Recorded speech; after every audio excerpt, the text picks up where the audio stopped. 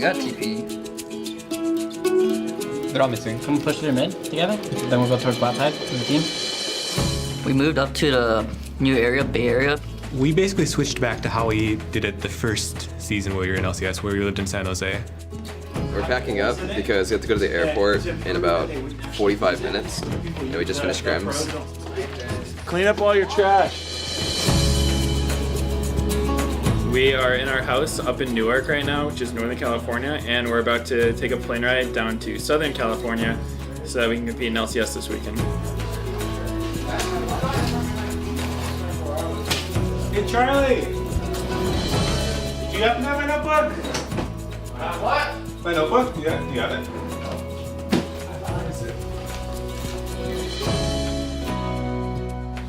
So our shuttle comes in 20 minutes. You guys ready yet?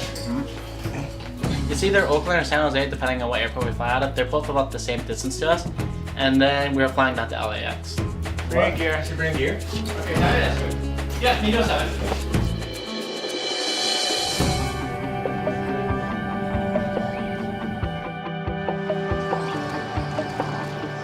There were some real nice positive things that we had when we were in San Jose. When we would pack up and head out to LCS, we spent a lot of times focusing on picks and bans and also a lot of social time. Our flight got delayed an hour, so we're just chilling.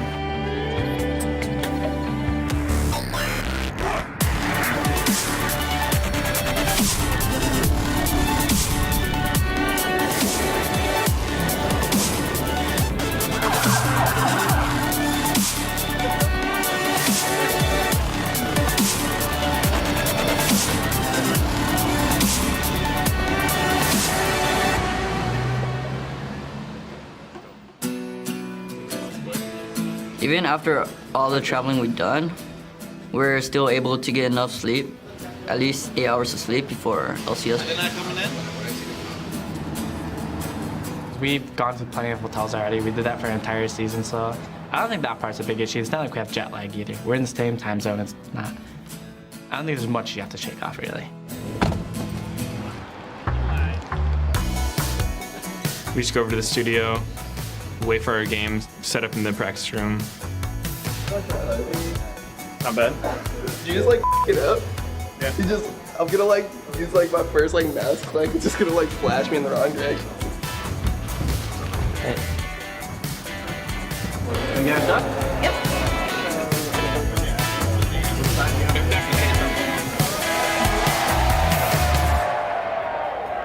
On the blue side, it is Cloud9. And on the red side is Team Liquid.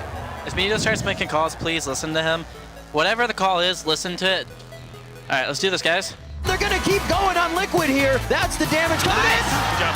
We cannot do anything. Yeah, let's go. What Stop, can we do? stop. Do we have any words? If we don't have words, just back. I think we heal. I think we heal. Okay, that's it. We back. Cloud9 get the victory. So we won our first game, which was great, but we lost our second game for the exact same reasons why we lost last week. We still have some kinks to work out with just our team chemistry and how we've been playing. And we have to fly out, which is about in 4 hours. So it gives us some time to socialize with the other members of other teams and basically relax a bit, I guess. Now I'm just waiting around in the player lounge and I'm trying to figure out how to play this board game. We're just gonna practice harder for next week and focus on our mistakes. I think we'll be able to fix the issues and come out strong soon. Well, we'll see if they can come out strong. Welcome back to North American LCS. Let's see how Cloud9 do in our next match as they take on Team 8. And we saw flashes of dominance we expect from Cloud9 in their commanding win over Team Liquid. But in their next game, they were completely handled by CLG. Yeah, I mean, it's the same issues they say they've been batting the whole time. In that game, they lost in a way that they're usually known for winning. Decisive team coordination and strong objective control.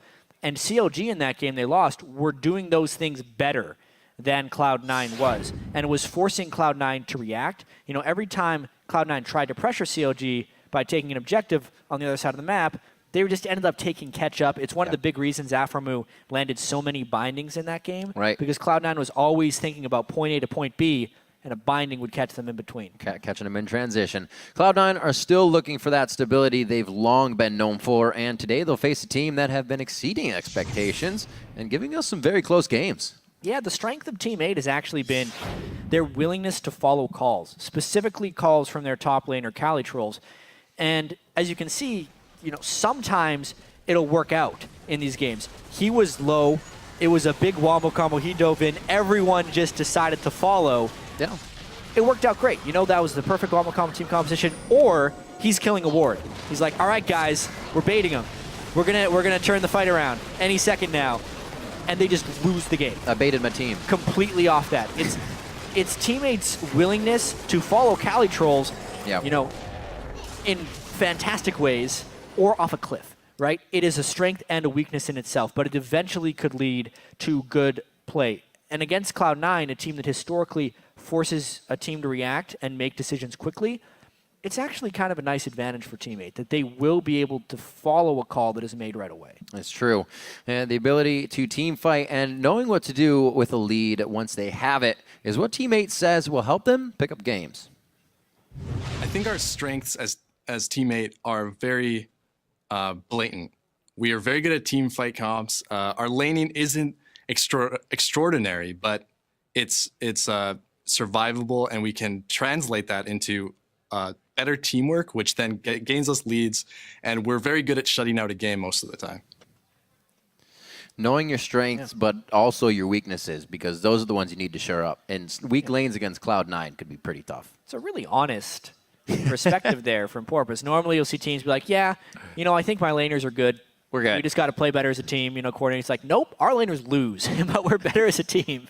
It's nice to see. It is. So let's check out what these teams are bringing with a quick roster rundown. On the blue side, it will be Cloud9. That means it is Balls in the top lane, Meteos in the jungle, High in mid lane, Sneaky at AD carry, and at Lemon Nation at support. And on the red side, it is Team 8. Cali Trolls in the top lane, Porpoise in the jungle, Slooshy, mid lane, Maple Street, and Dodo on AD carry and support. Little flex there from Porpoise. Trying to of course, they all put 8 at the end of their name. They did. They take it and then they move it and then they put it back in. I don't know. It's an identity thing. Team 8. I mean, it works for Wiz Fusion. He changed to Apollo and he does great now. So yeah, every time you do poorly, for. you just change your name.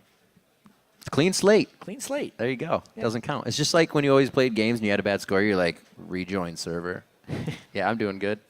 Coming into this one, it's going to be interesting again for the AD carries and pretty much for the rest of the lanes. But I want to see actually what Maple can do up versus Sneaky, because Sneaky has had heydays in most of his games that Cloud9 has been doing good. Sneaky has been an absolute monster. Even in the games they're losing, yep, he's 6-0, 5-0. Story of AD carries this season. The team falls apart by the end of it.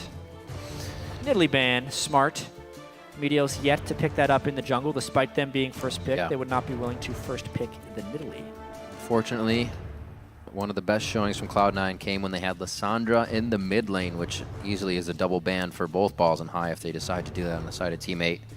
There's a Rumble, so that's definitely targeted at Balls.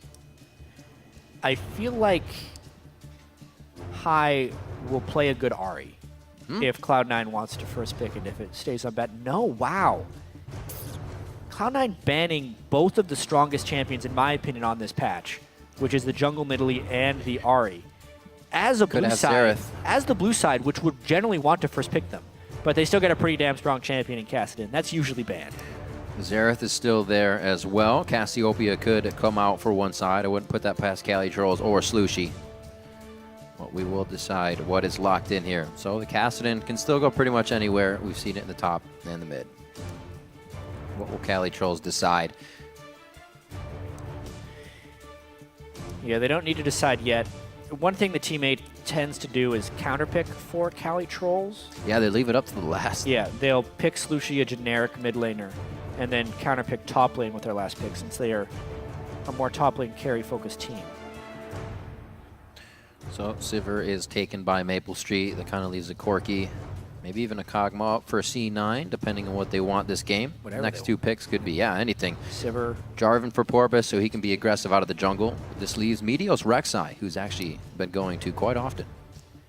He hasn't shown much success on it, though. No, he hasn't. Yeah, and... Might feel good to play, but it doesn't produce results. Remember, in the 5.2 patch, he is nerfed yet again.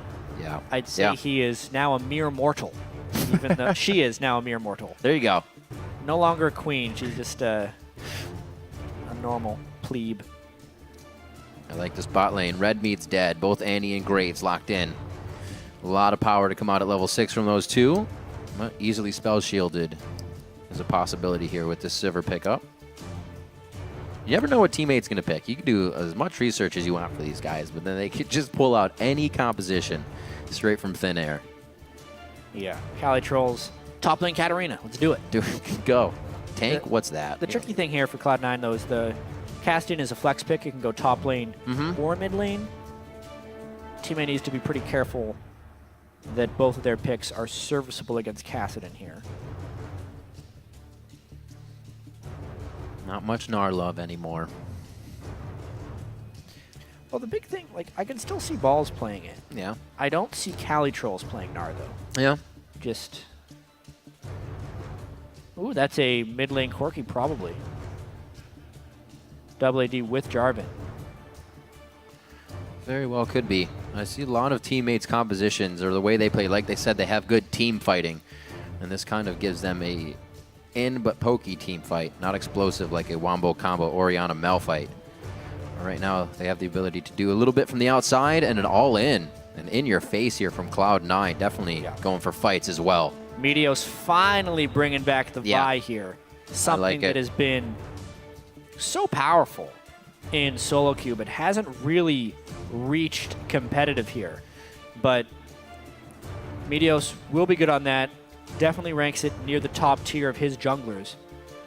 Vi and Jarvan. Plus, obviously, as you said, it combos very well with the Maokai and Kassadin going in. What was the last pick for teammate going to be, though? I don't know. Still has to be for Cali. Or is he going to play Corki top? I mean, now he knows he's against a Maokai. Slushy knows he's against Kassadin. You can get somewhat free lanes against a Maokai. Yeah, he's just going to try and carry with Aurelia. Could make it happen. He already had an Aurelia game that he played quite well on against TSM in week 1. They were able to, that was another composition where Slushy was able to hit ults, but those opportunities were made because Cali was so big. They camped for the top lane, got Cali Trolls very, very fed. Big guy. So really, just a rush down. Almost looks like some of the old Stampede comps we used to call it that you would see coming from a team here. Leona as well, along with the Sivir on the hunt to rush in this one. Yeah, so Team 8 has a very auto-attack focused team, which means if Balls can get a relatively early Frozen Heart, it will be pretty difficult for Team 8 to do damage. Yeah. Like, yes, Team 8 does have some Armor Shred from Jarvan, some true damage and magic damage from Aurelia and from Corki, but in general, this Team 8 composition is very auto-attack and physical damage heavy. So Cloud9, if they can stack armor in the right ways, would hold a pretty nice edge there, meaning they can be a little bit behind in gold, but still be up in combat effectiveness. Charlie, shaking hands. Making sure. One last look. You guys ready? All right. We're good to go. He doesn't want to leave it. You hear the coaches always say it's very, very stressful to be on the sideline and watch the teams play, especially when they don't do what you tell them to do. The game's about to go live, so head to Twitter and share your predictions. Send hashtag C9win or hashtag T8win to @LOL Esports. And remember, you can keep updating your vote throughout the game. Even vote for both teams if you want. You're just messing with the poll at that point. Trying to watch the world burn. Some people like to. Some people like to. We'll see who that is as we enter onto the Rift. Our second game of the day, Cloud9 will face off against Team 8. As we said, a team that's been giving us some unexpected wins here in very close games. As the community thinking they wouldn't be able to put up a lot of numbers in the beginning of the season, and they've shown a bit differently. Cloud9 looks like they'll focus a bit of the strength bottom here and leave High to ward towards the top side. He does take Kassadin mid this game. Yeah, you don't expect Team 8 to be ahead of Cloud9 in the standings. 2-2 for Team 8, 1-3 for Cloud9. Still very early on in the season. I was mentioning how until every team has played 9 games, then the first round robin hasn't really happened. And that's really when you'll start to see who played the early parts well. Maple Street tried his darndest, but now Cloud9 knows exactly where he was. But they got that information early enough, and the word got spotted that the lane swap is still a little bit of a guess. It's just now they have to respect which sides of their jungle is warded. And I think you're right. I think the second time around these teams play each other will be so much different. It's not teams expecting that third, that fourth game, seeing the same thing, seeing repetition. You have to guess, especially with teams like Teammate who's going to pull anything out in a composition. It becomes so much harder, and it really comes down to more of a any given day because you don't have as much information to work off of. Hopefully, the teams at the bottom can take advantage of that once we get to that point. But getting the wins in the first point would be better. I like that. Meteos starts off by himself down at the Krugs. He should be all right, and this could be this could be dangerous. Pretty painful for Sneaky. Takes damage in the minions here and gets aggressed on. He's in a bit of trouble. Daybreak on him as well. He actually doesn't get the passive pop, so they missed out on a lot of damage there. And Lemon Nation, great focus. Both 80 carries pretty much take even damage there. Yeah, Lemon having the charge stun there onto Sivir really saved Cloud9's skin in that situation. And now we got a pretty beneficial setup here for Teammate. Calitrolls gets a 1v1 lane. Cloud9 did not want to offer that to them because they want a low farm top laner game against a team that implores a top lane carry.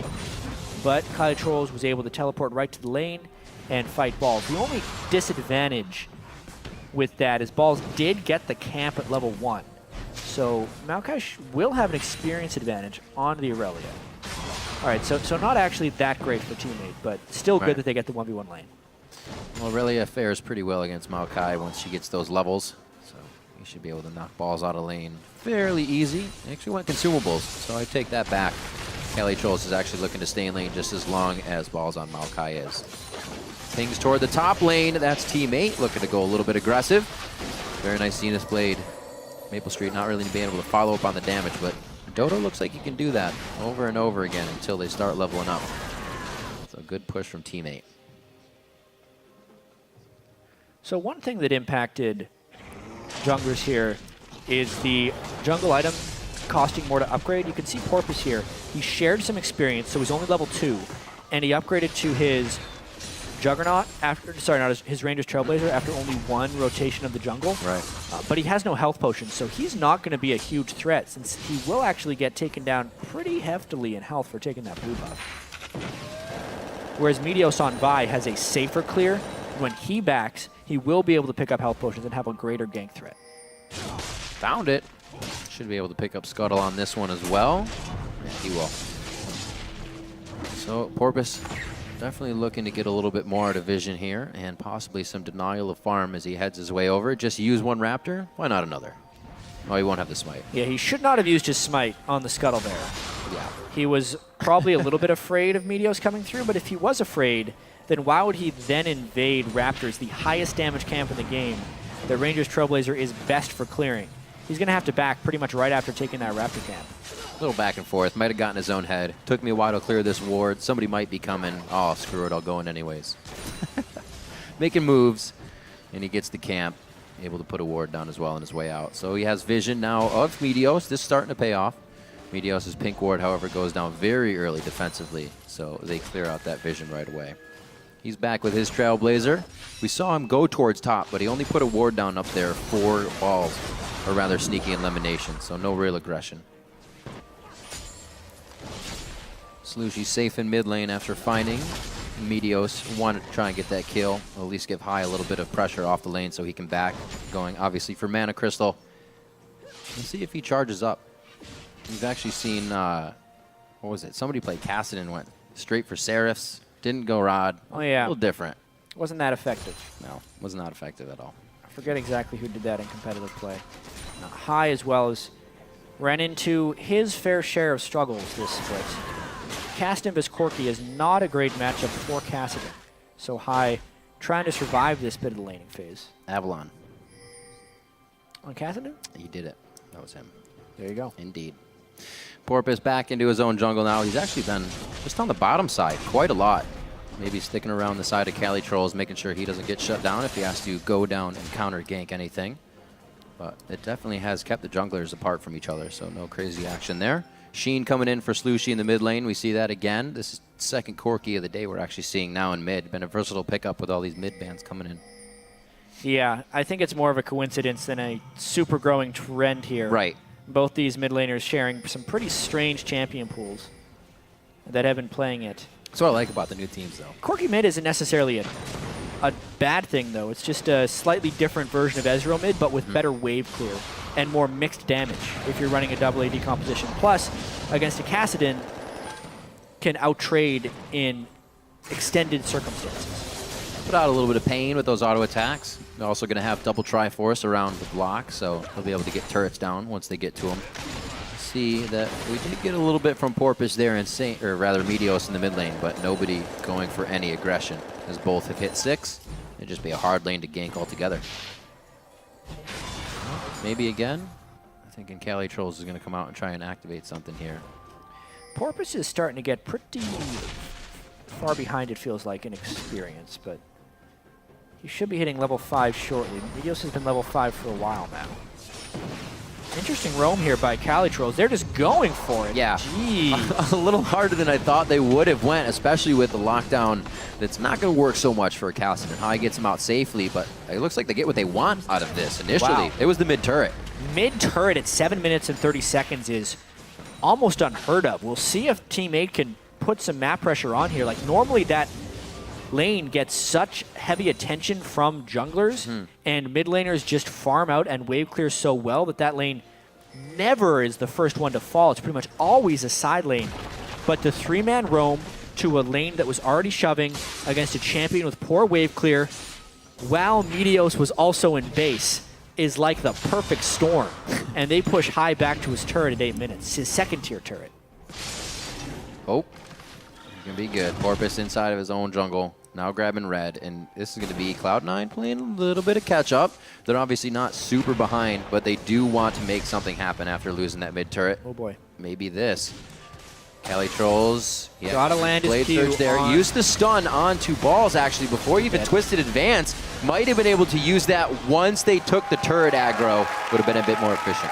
Hey, that was a pretty clean turret dive. It was. Nonetheless. It was. Meteos landed his power fist, ulted as Cali Trolls was flashing. They get the kill as well as the summoner spell and the turret afterwards. This is all in all fantastic stuff for Cloud9 because they're shutting down the carry and shot caller of Team 8. Very quick to do. I was talking to Cali Trolls last week, and he actually said, you know, they will follow me. I'll make the calls, but sometimes I bait them into a bad situation. And that's what we saw a little bit with the video just before the game. So far, he gets hit up here. We've seen him die and still come back to be a huge force for the team. So one kill is not going to shut Cali Trolls down just yet.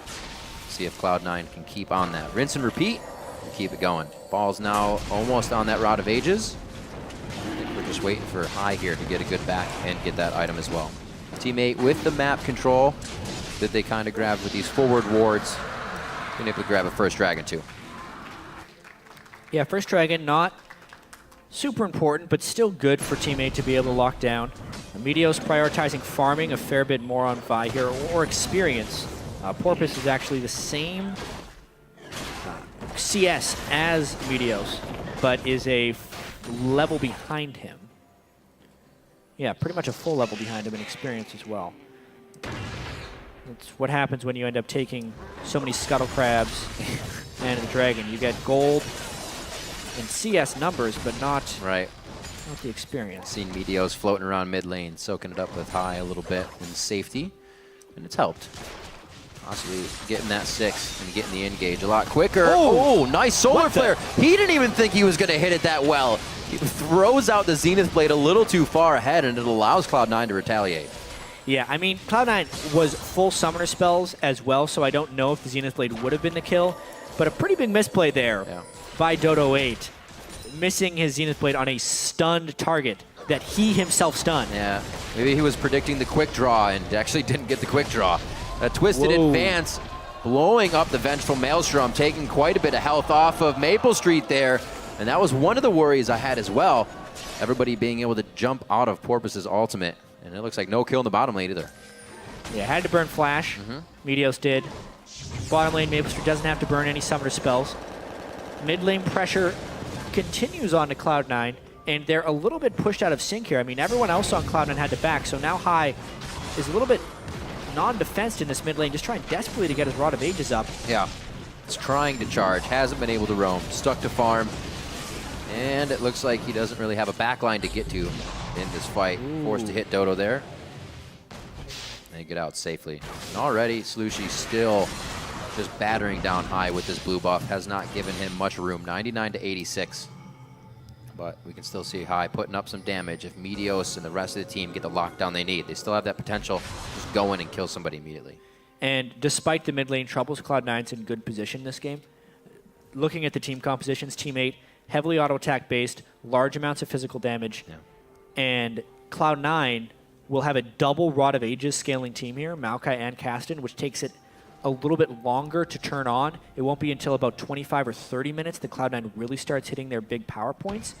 But the fact that they have a lead early game before completing the Rod of Ages speaks well to their ability to push that far.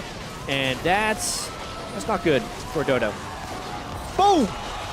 Got him. Sneaky there with the collateral damage.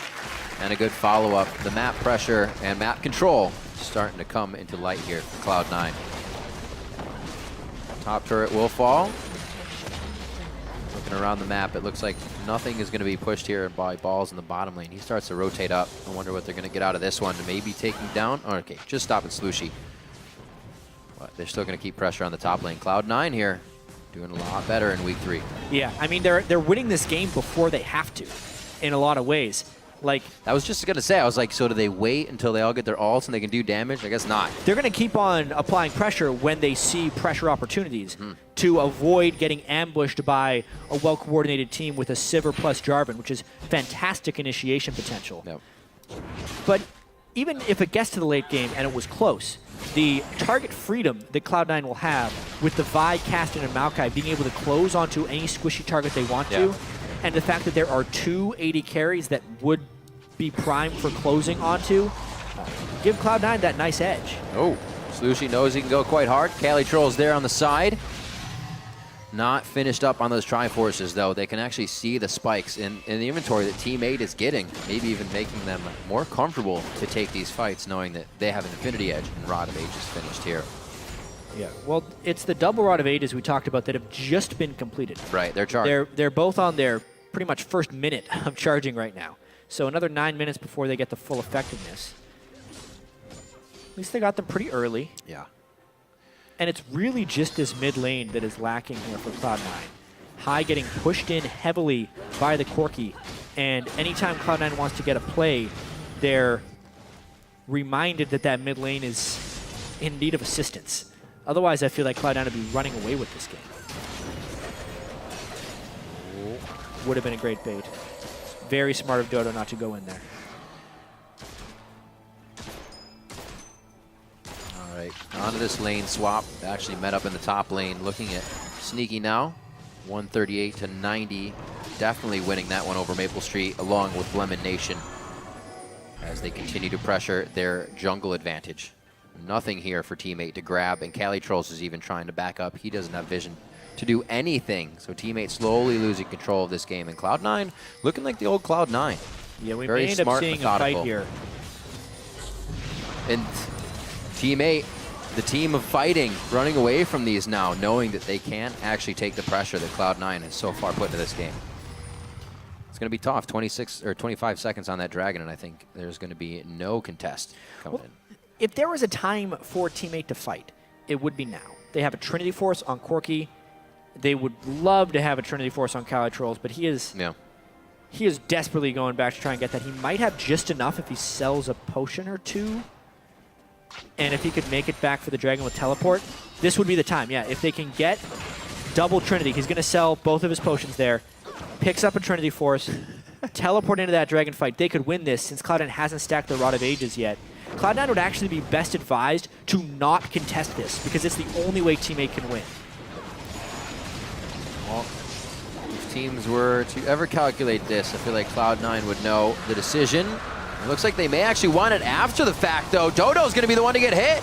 There's balls coming in at the teleport, and he makes the team scatter. Porpoise is dropped as well, and Cloud9's looking pretty healthy across the board. Sneaky's the only one that's really taking damage, and it may have been Dragon, but they got all that they wanted right after on the side of Cloud9. All right, Team 8. They're in a bit more trouble than we first suspected there. with the double Trinity Force. It's because they were running away as they got engaged on, and Balls got a perfect flank. But that was the type of target selection that Cloud9 will have for this entire game. They could just kill who they wanted, when they wanted to kill them. Yes, they gave up the Dragon, but they got so many kills and another turret after this one. All those forward wards paying off, giving Balls a perfect spot to teleport to.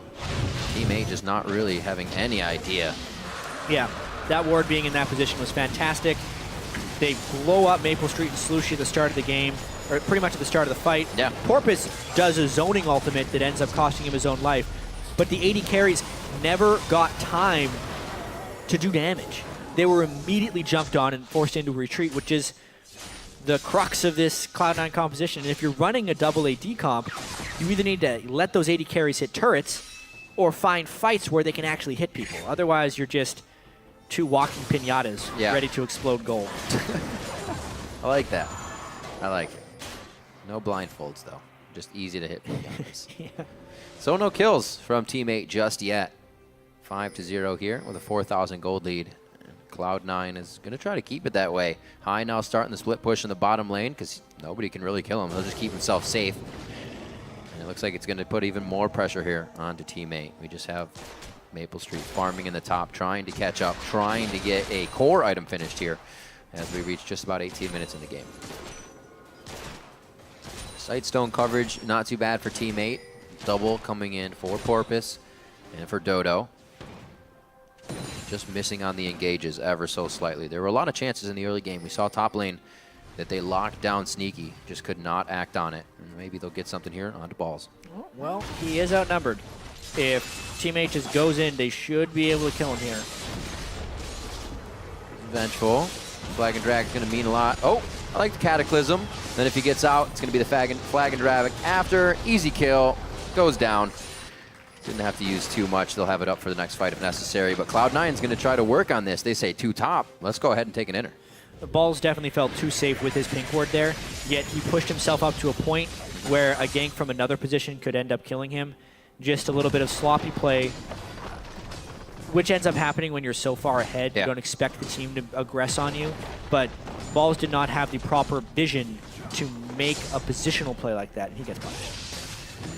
This may give them an advantage, however. Seeing Calitroll use the teleport to the bottom lane, they're now mismatched, so Balls will have his first, and that may come into play later in the game for them. That teleport that we just saw him have at the Dragon was huge for Cloud9, so another one could probably seal the deal. 3-2 in turrets, as we're looking for the mid lane here to be dropped out by Cloud9. So far, they're giving not a lot of pressure to Slushy. He's had a safe day, 168 to 136, so farmed it out pretty well, as expected, though. Corki versus Castle. Yeah, great match by Slushy in the mid lane from a laning perspective. Mm-hmm. In team fights, he's still going to struggle mightily. Yeah. Looking at the tank itemization being built up by Meteos, and especially if Balls can finish off that Frozen Heart anytime soon. Not going to be much getting through that Maokai. Well, they almost said it confidently. I guess Porpoise almost said it confidently that we kind of lose lane, but we're better in the fights. And it actually is really hard to win fights when you lose lane. So it almost compounds on itself.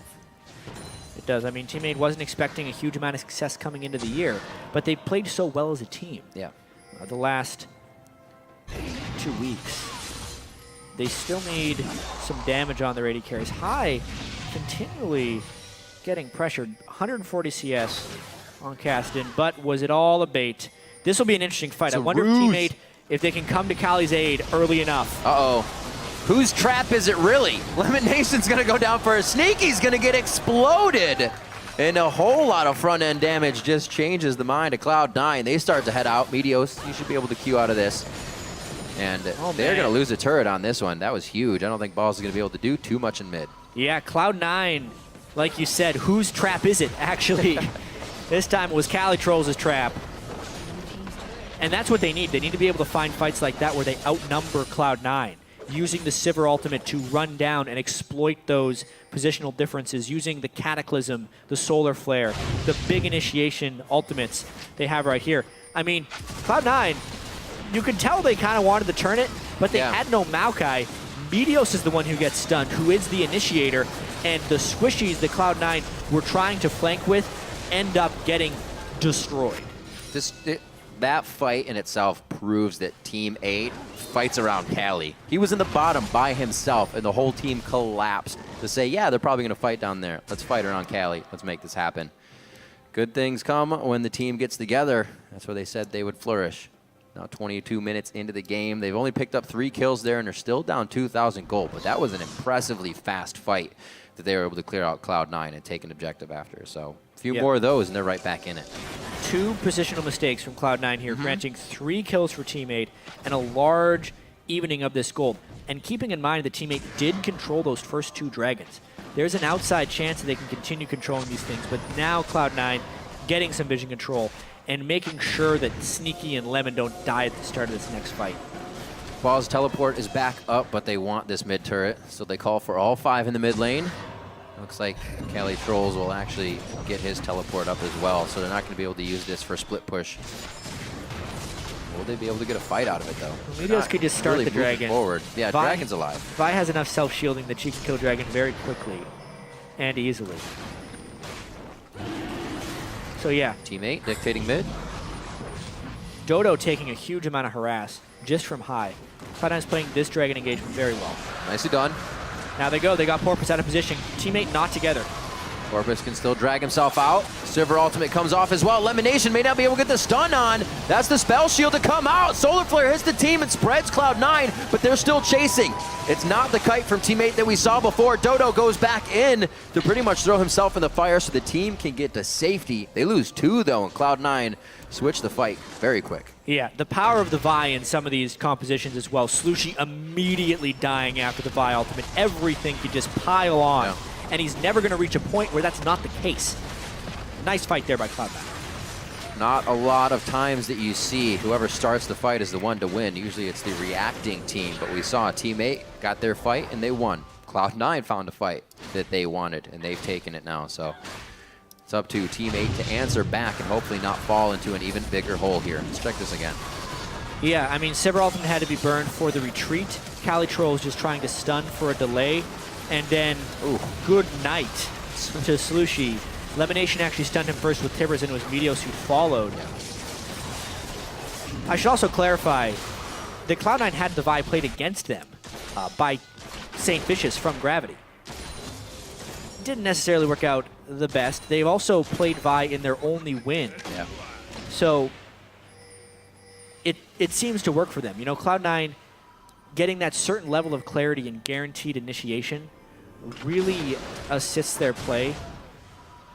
I mean, if I think back to every single slump that Cloud9 has had, there's been very few. But the start of this year, and honestly the start of the Summer Split 2014, to me, it's when they don't bring reliable initiation. Cloud9 wants to be able to take the fights on their terms, and when they do, they pretty much always win them because they're great at going in together. But if they try and go in together without reliable initiation, is when they run into trouble. No, it makes so much sense. That's reflected from like Fizz and Talon play, right? That's not sure initiation. The fish could miss, and High is getting his plays out of Lissandra. Safe in, safe out. Cassidy working better for him. Safe in, safe out. The team can work with that, and it's definitely working better for them. Here, as they approach 25 minutes, they look to take this game here, Game 2 in Week 3, off of Team 8. One that's been surprising us quite a bit, and it's still, throughout this game, has been pulling out some tricks that they have up their sleeve. 4-3 in turrets. Looks like we're going to get another fight before we even see one of those go down. Whoa, Sneaky going very aggressive over the wall. Luckily does not get pinched out. Now on to High here. They really want this one. They're going to go full onto the Kassadin, and actually he gets out with a sliver of health. Should be having more than that at the start. High keeps himself alive with the help of the team. Sneaky turns around for a nice collateral damage double kill, and now it's on to Slushie. Cloud9 have found the fight that they wanted in the middle of the map, and now can go anywhere with it. Yeah, High initiating that one by getting caught, but it all works out. He doesn't die. Meteos the only one to fall. More farm down on a Sneaky. Balls is huge with that Frozen Heart as well. Works out so much better when High can get himself to safety and he can worry about that situation. The rest of the team focuses on the fight, and Team 8 went very hard, especially for a Castle. Yeah, right into the Tibbers as well, which just created so much pain for them. And then the backline is trying to ignore the Maokai, but you just can't ignore that Maokai at this point in the game. Sneaky as well, right behind him. Whole team coming together, playing very well. Looks like the Cloud9 of old. What is going on with Maple Street's item build this game? No. He's so far behind, he's trying desperately to make up for it. A lot of people have been doing Ghostblade on Sivir, because you do Infinity and you Ghostblade and you get that little bit of extra crit movement. Yeah, and flat armor penetration actually isn't that good against high armor targets. Yeah. So he's gone for the Last Whisper right away. But that, he has no crit. Yeah. He has no attack speed. He is woefully far behind, and the Last Whisper doesn't help that. It's only good to bypass armor if you're doing damage in the first place. Yeah. But he is not doing damage with that build. And not a regular tank buster in the first place, so him getting through balls is going to be near impossible. Pretty much through the rest of this game. You were saying a Frozen Heart would be a good build versus the melee team, or the auto attack team in general, and he went for that Frozen Heart quite fast. We even see the Ninja Tabis across the board for balls and Meteos to keep safe with more of that armor. May as well back there. Yeah, no reason. Cloud9 encroaching just ever so slightly onto the jungle of Team 8 here. They don't have too much more to work with. All the CS pretty much being strung out across the team, so nobody's getting what they want, even more so that they're behind in items now. You see a Blade of the Rune King for Cali Trolls. He's going to be trying to want to eat apart balls there with that % health damage. But it's only getting harder. They're trying to build items that the other guys need for teammate. Yep. Potential Baron control coming up shortly.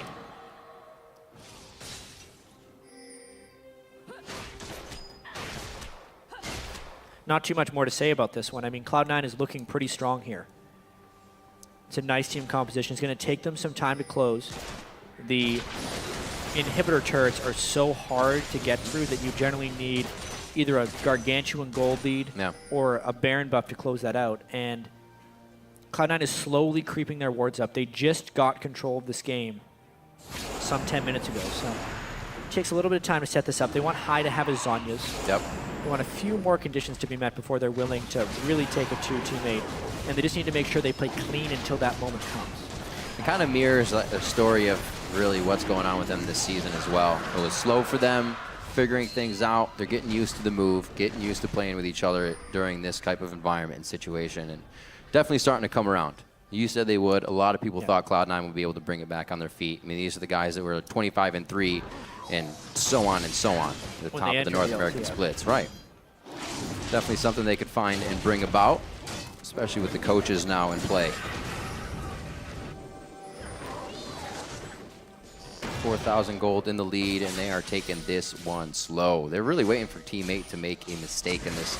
I don't think it's going to happen. Cloud9's going to have to do another one of these fights that they found pretty much in this spot just previously.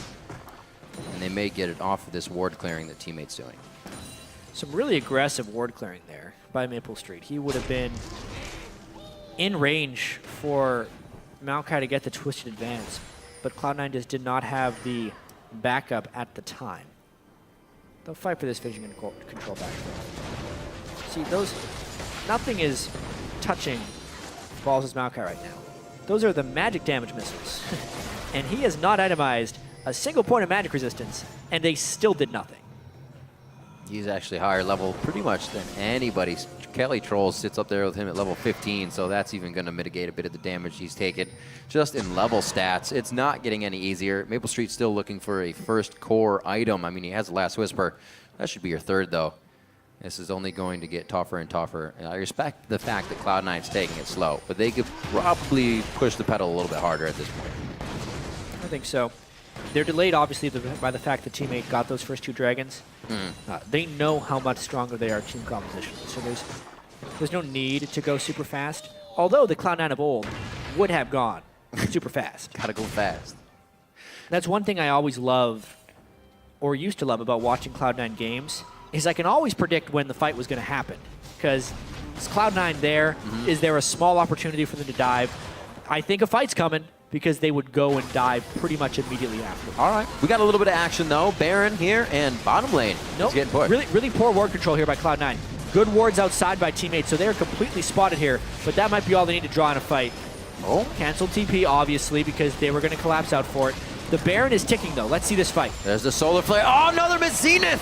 The story coming in for Dodo. He gets taken down. Balls locks him out, and that's going to be Porpoise as well. The smite will not be there for the 50-50, and it looks like they're just going to do what they can with poke from the outside. We did have the rotation for Cali. The shot comes out. That's the boomerang, and it's going to be the hit for Meteos. Smite's down Baron. Solid nonetheless, if not a little scary.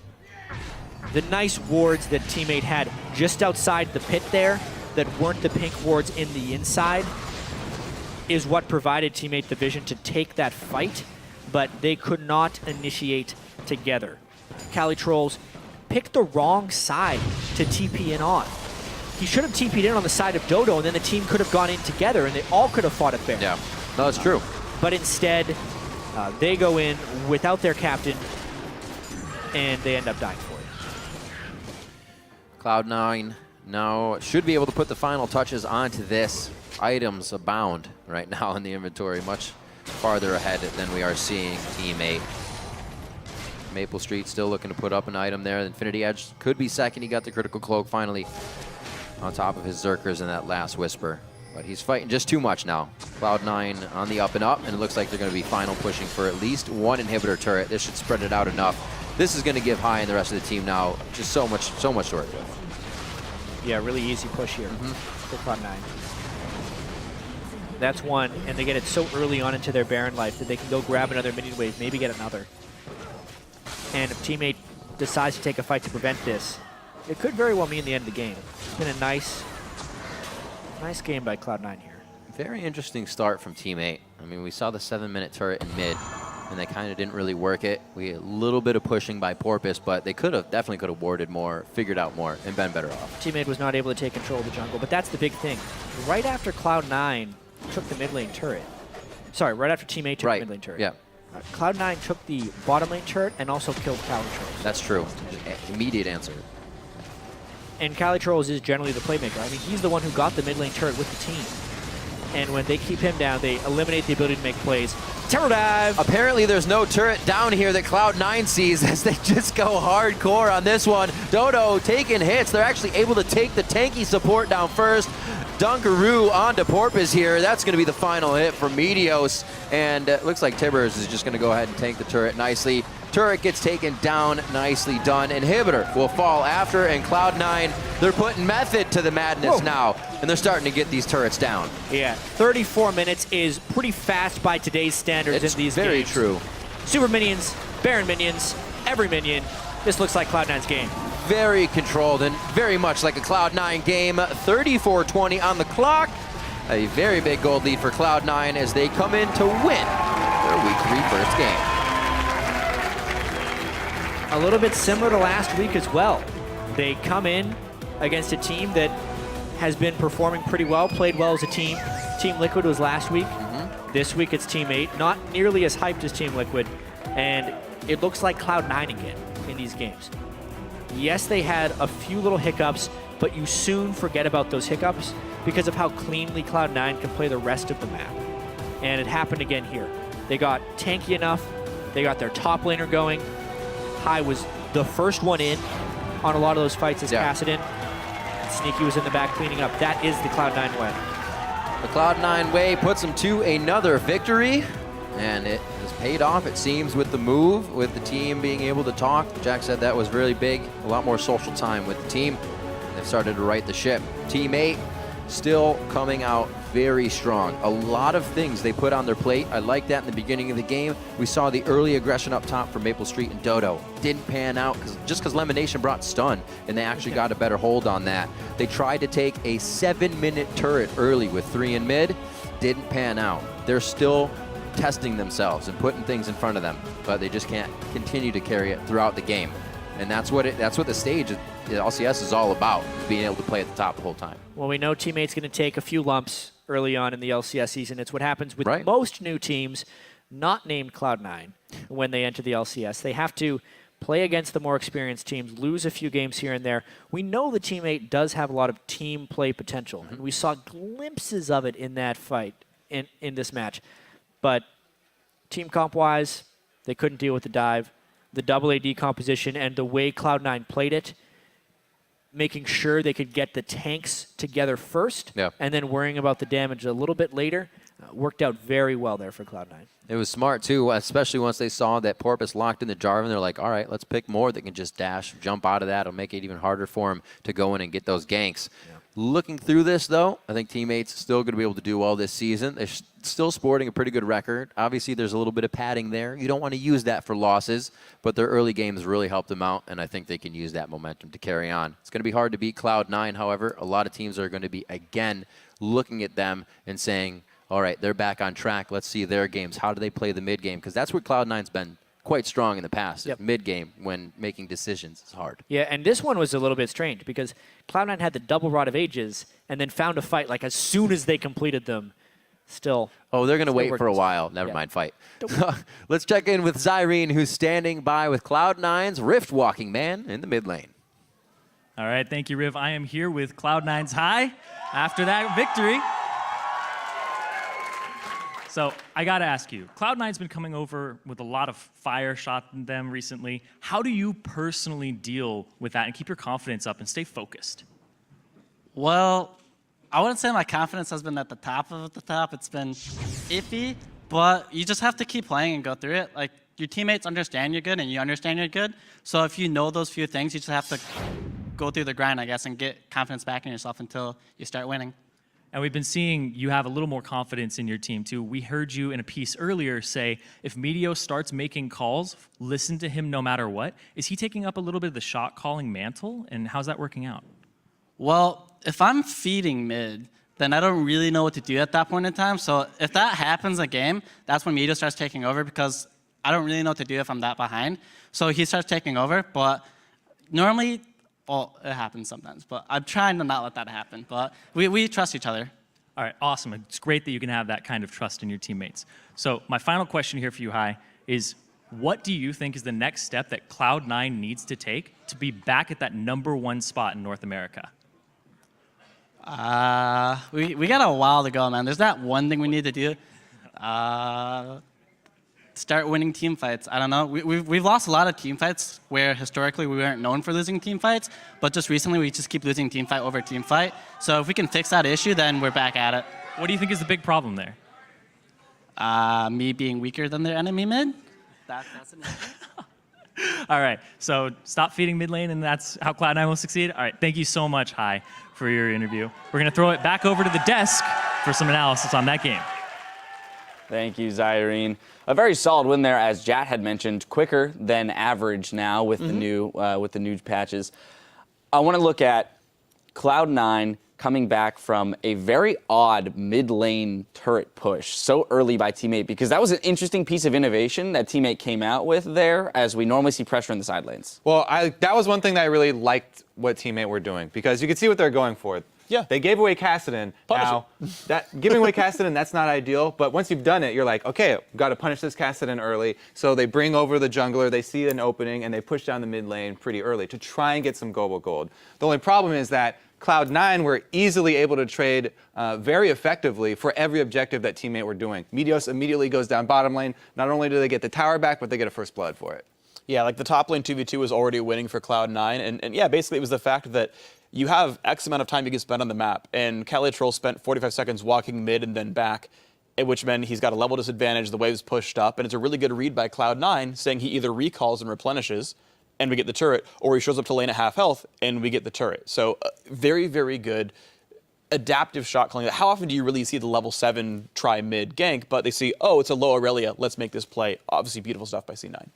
It was a very odd attempt at a lane swap by Cloud9, because they actually warded deep. Maple Street saw it, right? So they ended up, Cloud9 was trying for a lane swap, but then ended up winning the 2v2 and the 1v1. So I was kind of a little taken aback by the fact that they wanted to go for it anyway. Right, so I actually ran into Charlie in the hallway walking back, like as Picks and Band ends, right? He's walking through and I'm like, oh, hey. And he's like, hey, who has a better team comp? And I'm like, well, I don't know. It's going to be close. I'm trying to think about all of it. And he's like, well, by the way, we want a lane swap. I was like, I'm thinking about the 2-on-2 match. And I'm like, but the 2-on-2 is like, it's close, like you're probably fine. He's like, no, we want to keep Aurelia down. Like, Aurelia gets no farm, Malkut is better in a lane swap. And I was like, okay, yeah, that makes sense. And then I'm just kind of thinking about how the game's going to play. I'm like, okay, cool, because Sneaky's going to get big, that's going to be fine. Yeah, turns out these guys are just outplaying Teammate. And we heard Porpoise talk about it in the pregame, saying, yeah, we typically lose our lanes. That 2-on-2 is close, because you can one-shot Annie with a combo like this with Sivir Leona. That didn't happen. They got out CS because Graves bullies Sivir in a sort of one-on-one sort of scenario. Suddenly, teammate snowballs are behind, right? Cloud9 starts beating up on them, and then all the team fights are kind of free. Yeah, let me stress the point that there was a timer on this game coming into it, because Cloud9 got this Maokai with the Kassadin. Now, Frozen Heart is pretty much the single best item that you can buy against this teammate team that's almost everybody is auto-attack based. Right. So Maokai and Kassadin, when they charge up their Rod of Ages, and when he completes his Frozen Heart, then it's going to be really difficult for a teammate to come back. So they had to do something early. And them knowing that they're not that good in early lane phase, that's where everything kind of fell off the rocks there. If Maple Street comes into the team fights, into the phase of the game where they've got two Trinity forces and they're trying to chase people down with that CS disadvantage, it's really hard for teammates to kind of, pull out the win in this one. Let's pick at this a little bit more because, again, it's an admitted weakness by teammate that they can't or they are not as proficient in laning as other teams. And yet, they've picked themselves into a scenario in which if they do not get ahead early and press an advantage, they're not going to win. So why does a team put themselves in that position? I do understand, like we said, they did have a little bit of that innovation by pushing mid and attempting something. So I think there were elements of this here. I'm going to cut you off because I know what you're going for here. I think the pieces were almost there for teammate. So they picked Sivir, who's there for her utility, not her damage, right? Okay, you can lose lane, but you press R and everyone else deals damage. They picked Calitrolls, who's been great, right, in playing these sort of melee carries that Jax Aurelia. They picked Aurelia for Calitrolls. Thank you. Yeah, they're like, this is the top laner we need today. We picked Calitrolls into our lineup. He's doing well, right? And he held up. Okay, there's the misplayer on the bottom outer turret, but generally speaking, he was holding up. We've seen his Jax vs. Gnar. That went well. They gave Slushy a free matchup mid lane. They got some global gold early using an extra, an early rotation. This team comp is gonna spike up at 18 minutes anyway with double Triforce. Sivir, oh, well, she's behind. Press R, who cares? This all should work 16 minutes in. It all should, and that's actually fairly clean.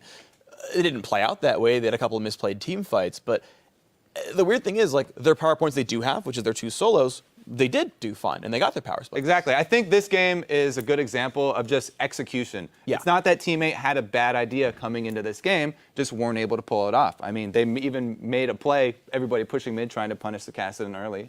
They just weren't able to ride their power curve. Let's look at some execution. We do have a replay 16 minutes in around the Dragon Pit because as Jat had prefaced this fight by saying, this is probably not a fight Cloud9 wants to take. We're 16 minutes in, they scale harder. Cloud9 finds the correct engage, though, and I feel like it's more of a misplay on teammates' part by allowing them that. So, Freak, I'm going to let you walk through. Okay, so let's pull the replay up. There's three big things I want to point out here. So, number one, the biggest weakness of double AD comps is getting flanked.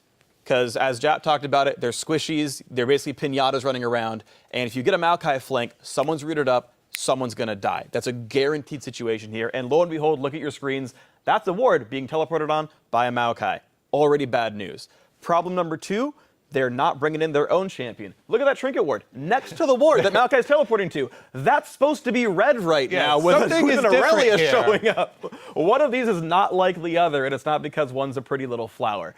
And so it's a problem of 4v5, allowing themselves to get flanked, and then having no way of peeling when that does happen. Like if it was Janna instead of Leona, for example, they could be like, oh shoot, Maokai, whatever, let's try over. None of those occurred here. Let's roll the clip out. It's honestly a pretty easy team fight for C9 to win. Okay, they don't get Dragon, no big deal, but look how much burst you got. Okay, so Maokai's gonna land a root. There's the burst from Kassadin, there's the burst from Graves, there's the burst from Annie. Look at all these hard engages get to happen. Meteos has an ulti as well when Porpoise Pops comes in. There's so much targeted CC and so much backline reach from Cloud9 that if you ever get a fight anything like this, someone dies, half your damage output's gone. Welcome to a free team fight. And Aurelia is late to the party, didn't get the... I think that's the execution part, right? Like we didn't have all 5 people here ready for this dragon that we started. And we got flanked. Right, with teleport available too. Right, you just didn't press D. The other thing though is that I really like what Cloud9 did coming into this game.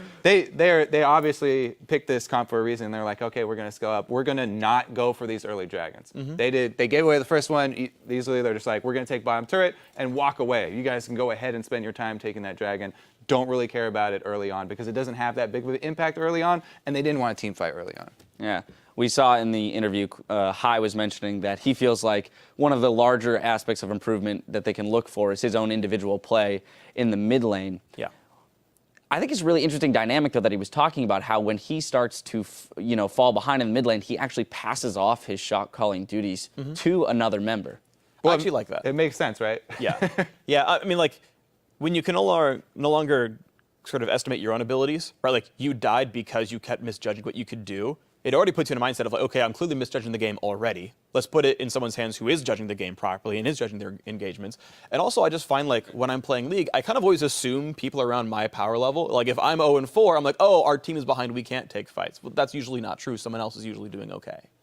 All right, well, that's about it for that game. We are going to step away for just 3.5 minutes, but when we return, we'll check back in on our Twitter question of the day, and then it's back into the action with Team Dignitas versus TSM. The NALCS continues after this. I'm ready. My body is ready. I was born for this. I was made for this. Literally. Looks like they may actually want it after the fact, though. Dodo's going to be the one to get hit. There's balls coming in at the teleport. Yo, kill Aurelia. Kill Aurelia. Jarvan. You guys are okay. Go for Corki. Nice. Apparently there's no turret down here that Cloud9 sees as they just go hardcore on this one. Dodo taking hits. They're actually able to take the tanky support down first. Very much like a Cloud9 game. They come in to win their Week 3 first game.